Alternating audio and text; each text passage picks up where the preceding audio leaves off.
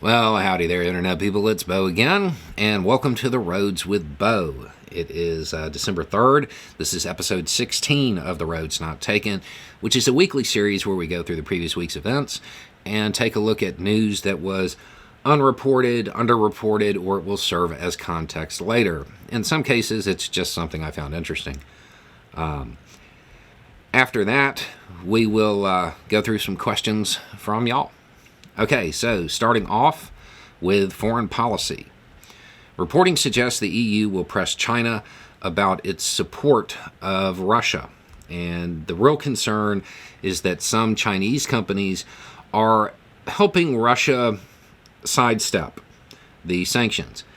The reporting suggests that if the European Union cannot get some kind of commitment from China on this, that some of these Chinese companies may end up on the next sanctions list. We're probably going to find out how far that friendship with no limits thing is really going to go here. Okay, the term active defense is being used instead of the term offensive by Russian officials. The terminology change is believed to be designed to lower expectations of failed Russian offensives. That's active defense. That's new. Okay, India and the United States are experiencing some increased tensions right now after the United States charged an Indian national in a hit-for-hire plot. Further complicating things is the accusation that the whole thing was directed by an Indian intelligence officer. And the plot was to take out at least 4 people in 2 different countries. This does seem to echo Canadian allegations from earlier. Now, while long-term damage to the relationship between the United States and India or Canada and India is unlikely from this, the trial will create a situation that generates public interest, and it may create a political situation that is hard to control. The real relationship isn't going to change much, though. That seems just incredibly unlikely. Okay. So moving on to U.S. news, Trump, in what I'm sure he will call another sarcastic moment, said, quote, "From that day on, our opponents, and we have a lot of opponents, but we've been waging an all-out war on American democracy." We know. We know you have. We're aware of that. It's just weird to hear it said. I'm sure that he misspoke, but I would imagine that little sound bite is going to be used over and over again as time moves on. Okay. A pro-Palestinian demonstrator set themselves on fire in Atlanta outside the Israeli consulate. Keller, who is an Olympic gold medalist, wound up avoiding prison and was given a combination of home detention, probation, and community service for his role in January 6th. The inmate who stabbed Chauvin, the cop in the George Floyd case, the cop was stabbed 22 times, and that inmate has been charged with attempted murder. Democrats are launching a super PAC in New Hampshire to encourage residents to write in Joe Biden's name. Biden's name will not be on the ballot because New Hampshire is not following the DNC rules. This is probably the only chance for candidates like Marianne Williamson or Dean Phillips or anybody else who wants to actually primary Biden, this is their chance to make a splash and get some momentum. So it puts them on a more even playing field. If they're going to make a move, they need to do it in New Hampshire. And they've got a limited amount of time to get the things rolling there. Okay, Sandra Day O'Connor, the first woman on the Supreme Court, has passed away.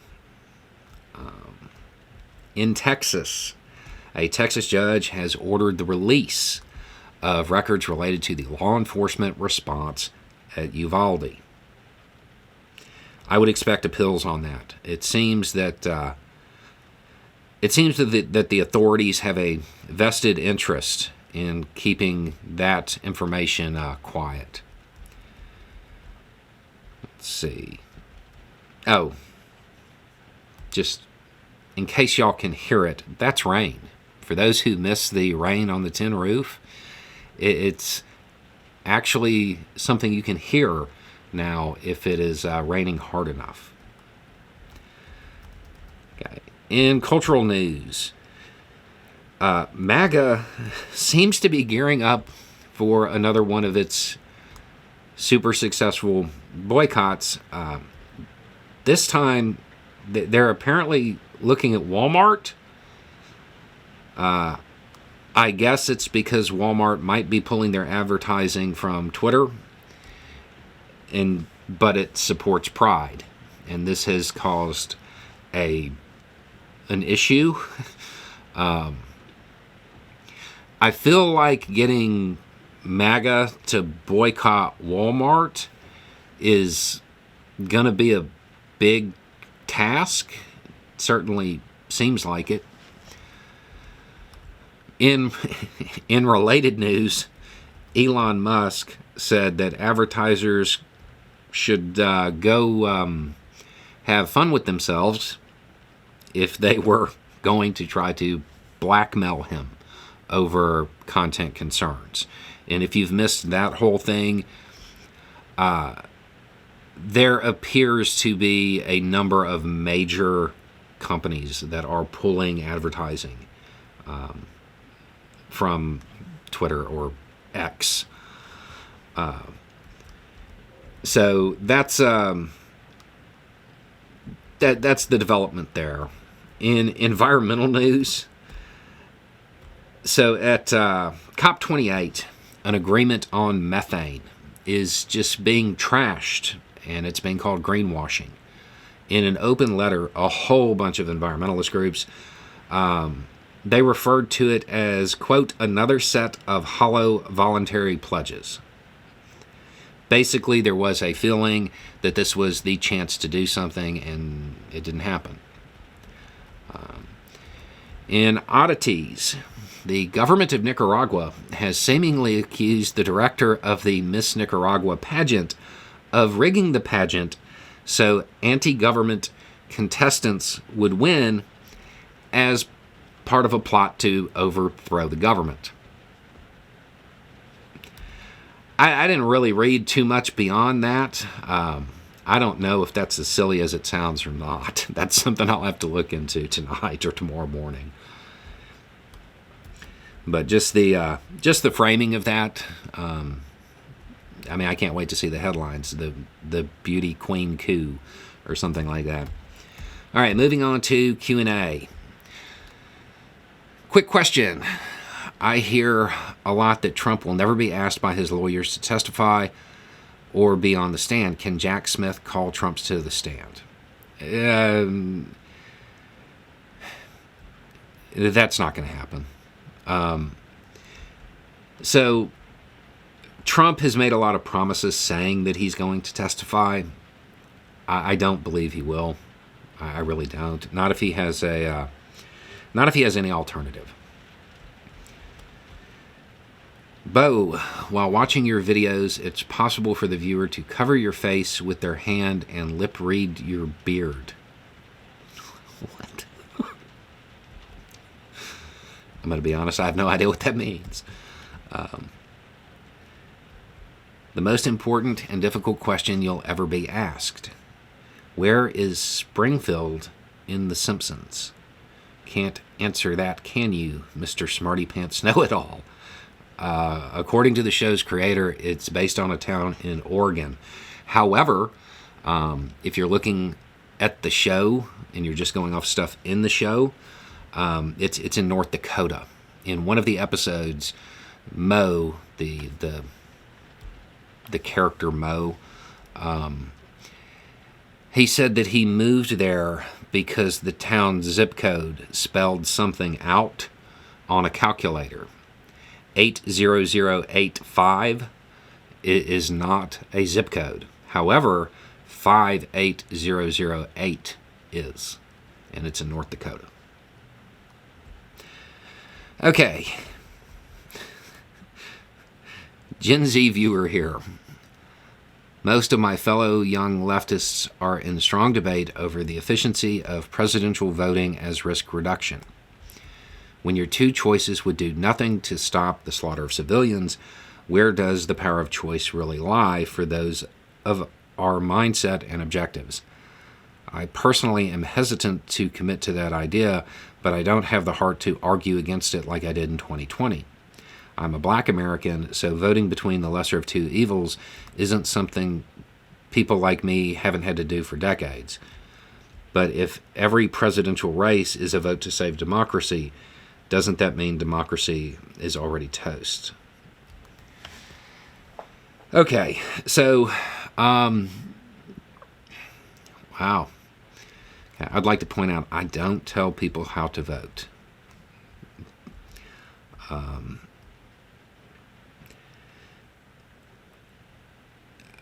Okay, so, I mean, this appears to be a question between voting or not voting, is what it looks like. It doesn't seem like this is one talking about a protest vote or something for a third party or something like that, when your two choices would do nothing.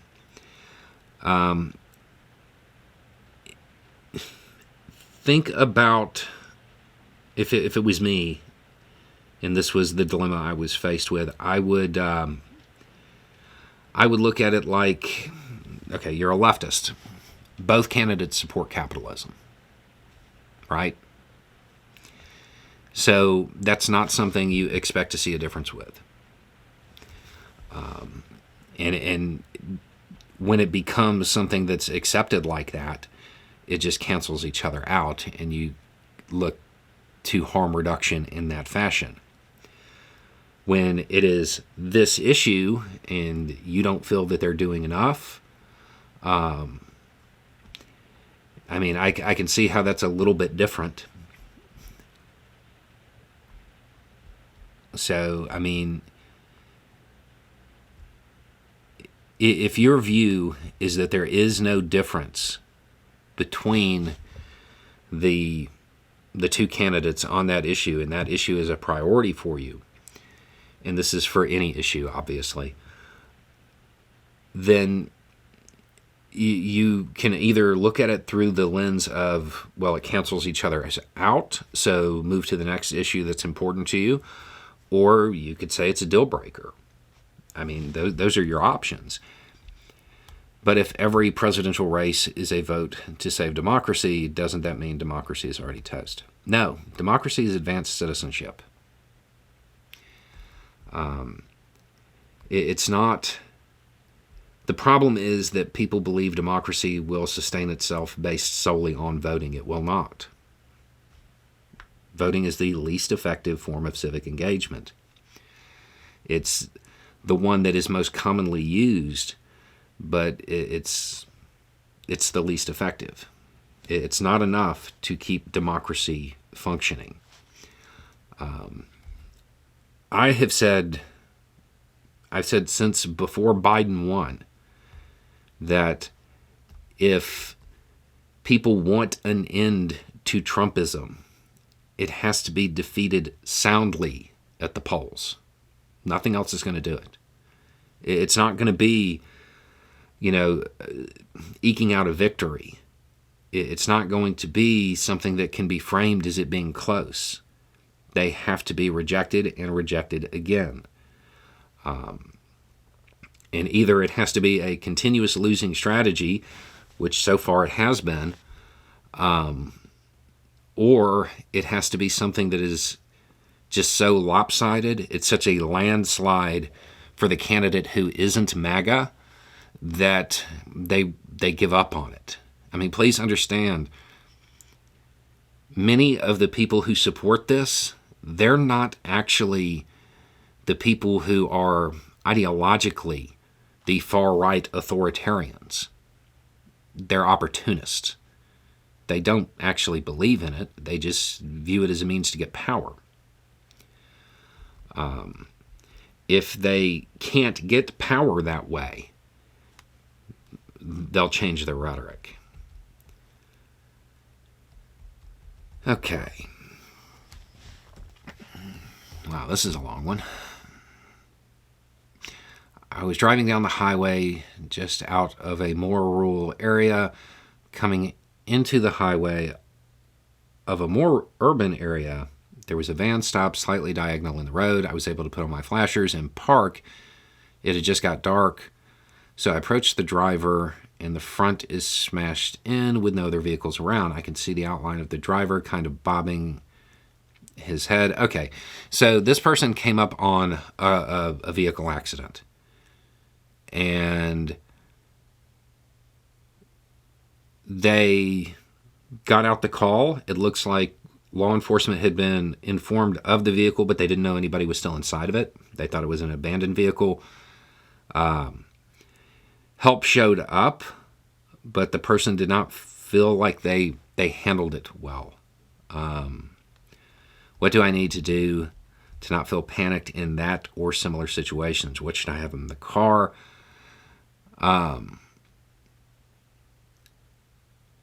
Okay, so if you're looking for training, I'm a huge advocate of something called the WFR, the Wilderness First Responder. Those courses, they're a little bit more expensive, but it's kind of the MacGyver's first aid course.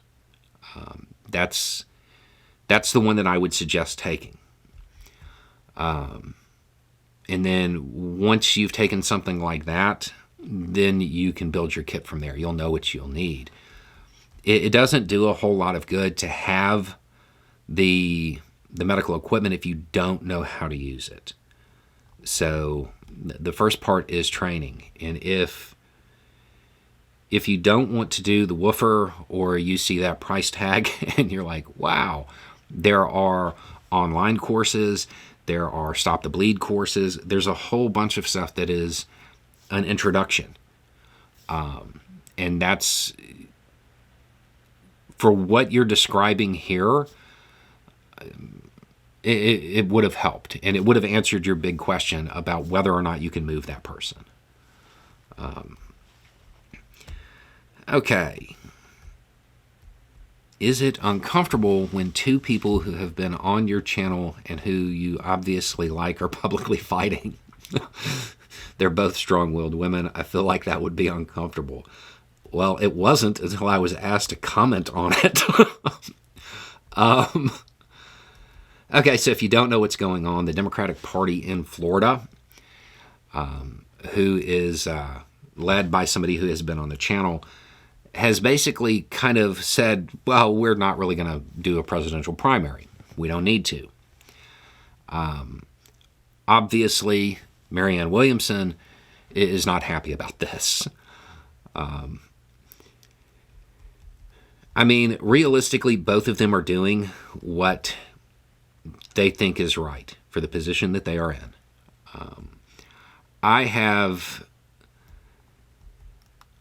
I understand the position of the Democratic Party here. When you look at the polls, you know, people talk about how it's inevitable that Trump becomes the nominee because of how he is doing in the polls. When it comes to the Democratic primary, Biden's actually doing even better than Trump. It's a pretty big lead. So I get it. You don't want to have a bunch of mudslinging and negative energy out there about your candidate. The tradition is the incumbent already won the primary, the one that led to them being elected.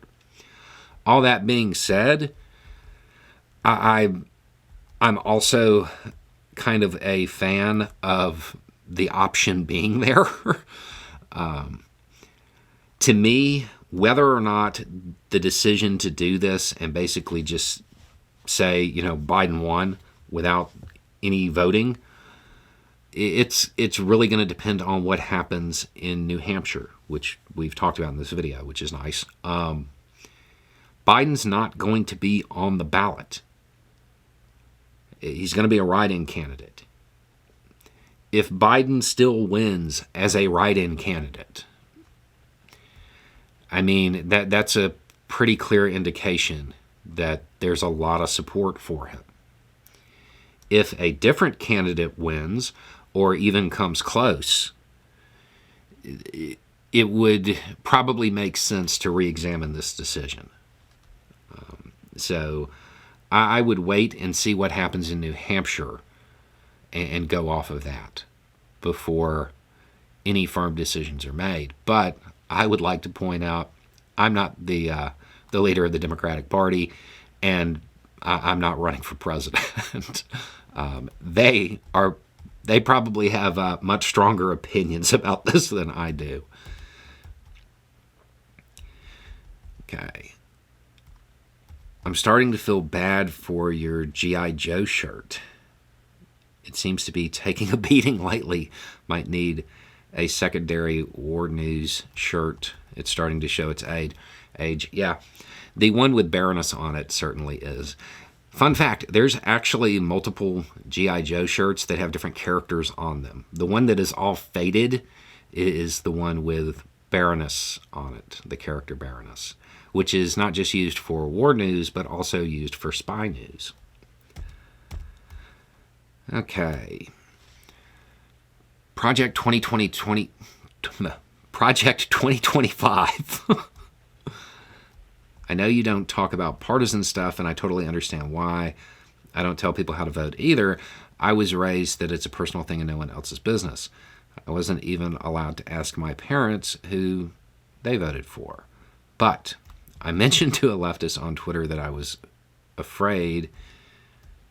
My intention was to vote third party this time, but for reasons I'm pretty sure you already know, or for reasons I'm pretty sure you already know, but this project has me really scared. Like, really scared for people I love. I consider myself a leftist too, or maybe a leftist in training, but I'm not sure I'm willing to cast what amounts to a protest vote with this hovering like a nuke. When it comes to Project 2025, yeah, it's something to be concerned about. It is something to be concerned about. So concerning, in fact, that the reason I haven't covered it is because I am holding it until we know who the candidates are. I'm worried that people are doing what they did in 2016, and they're normalizing it. If you're not familiar with this, it's a rough sketch, and it is something that I am concerned about. You will get a video on this once we know who the candidates are, because I think it would be important to have those candidates specifically respond to what's in that plan. And if you have no idea what I'm talking about, you can Google it. You can Google Project 2025. It will come up. There's a whole bunch of commentary on it. A lot of it is going to seem very alarmist, and some of it is, but understand it's concerning. It's not something that should be blown off.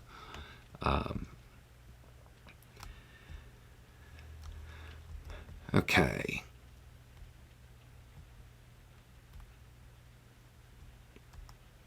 I have a friend who is independent, right-leaning libertarian in most cases, who is stubborn against anything pro-left. He has many hang-ups and issues with the left that keep him from accepting them as a good option in his mind. Therefore, I found it was an easier strategy to, instead of making him like the left, make him dislike the right. Okay. I've brought to his attention the many barbarous actions of the right to at least make him less comfortable about entrusting a vote to them instead of singing the left's praises. Is this a good strategy? Is there any way this can backfire? Is this even effective since I'm not opening his mind to the left, but instead closing his mind to the right? If you close his mind to the right, it will open to the left. Can this backfire? Right-leaning libertarian. If free markets and capitalism are something that is just ingrained, your backfire is that you're going to create a corporate dem. I mean, that's what you're going to end up doing. So if you're talking about somebody who is on their way to the far right, I mean, that's an improvement. Just remember, everybody has a path. And when you're talking about somebody who is on the right, getting them to move left is a process. And it takes time. And sometimes it's just one little thing that opens it up. But if they're already a libertarian and you start showcasing how the right, and I'm assuming by this you mean the Republican Party, not just the right in general, if you end up showing them that they are very authoritarian, what you may end up doing is creating somebody who is incredibly anti-authoritarian, who's kind of a centrist, with the exception of just being very extreme when it comes to being anti-authoritarian. I hope that makes sense. I'm trying to stick with a long-running joke on the channel of not saying a word. Just think about people who are as anti-authoritarian as humanly possible. Most of them are also on the left. Okay. I feel like you did a disservice in your coverage of the new rule on lead service lines in water systems. I work for a utility, though I am writing personally, not representing the utility. For the past several months, I have been working on creating the inventory required by this rule. It requires us to create an inventory of something we do not own and provides no legal mechanism for us to comply. We will be using machine learning and random sampling to establish the inventory. We still haven't worked out the private property access. Yeah, that's going to be a thing. That's going to be an issue. In our system, there are no known lead pipes, and any lead found is removed. There are around 2,500 lead goosenecks that are not classified as lead under the rule. We already target pipeline replacement projects to eliminate these. Corrosion inhibitors are in use, and we have no positive lead samples.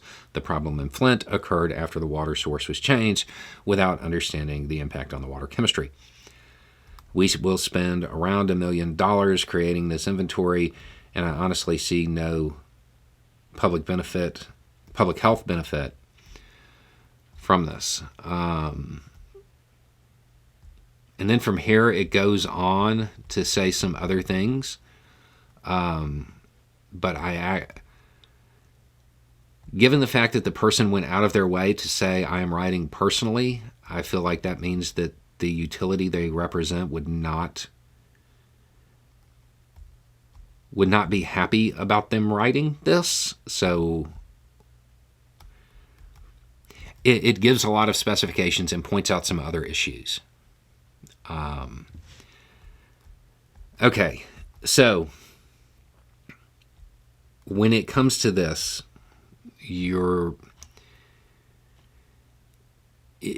it's a matter of you are working in a utility that is apparently doing everything it can and doing everything right.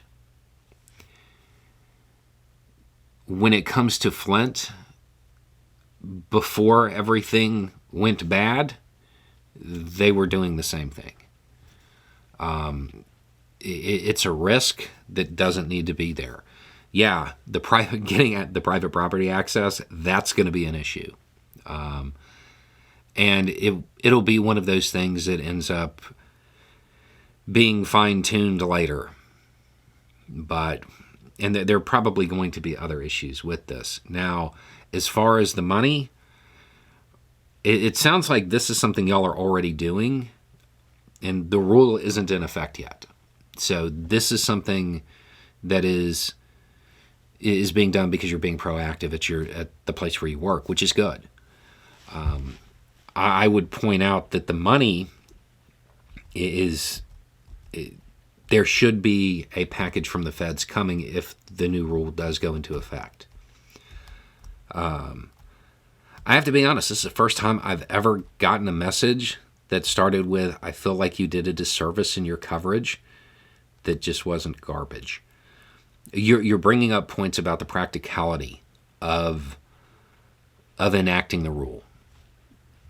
Okay, yeah, it's not a small project. It's huge. It is huge. But from what you have here, especially some of the stuff that I didn't read, as far as some of the things y'all do to keep it safe, remember that maybe not every utility is like that. And when it hits a point where the feds have to get involved, they don't really carve out a whole lot of exceptions. So, I mean, I understand what you're saying as far as the difficulty, the cost, and in some places it won't be needed because they're already doing what they can. But there are issues that have to be addressed, especially since when it comes to Flint, the people who took it from, okay, it was working, to no, it's not, there wasn't a whole lot of accountability there, which might lead to other people doing the same thing, being less than safe with it. Okay, so that looks like it. And yeah, that's all of it, and that's all of the questions. So there's a little bit more context, a little bit more information, and having the right information will make all the difference. Y'all have a good day.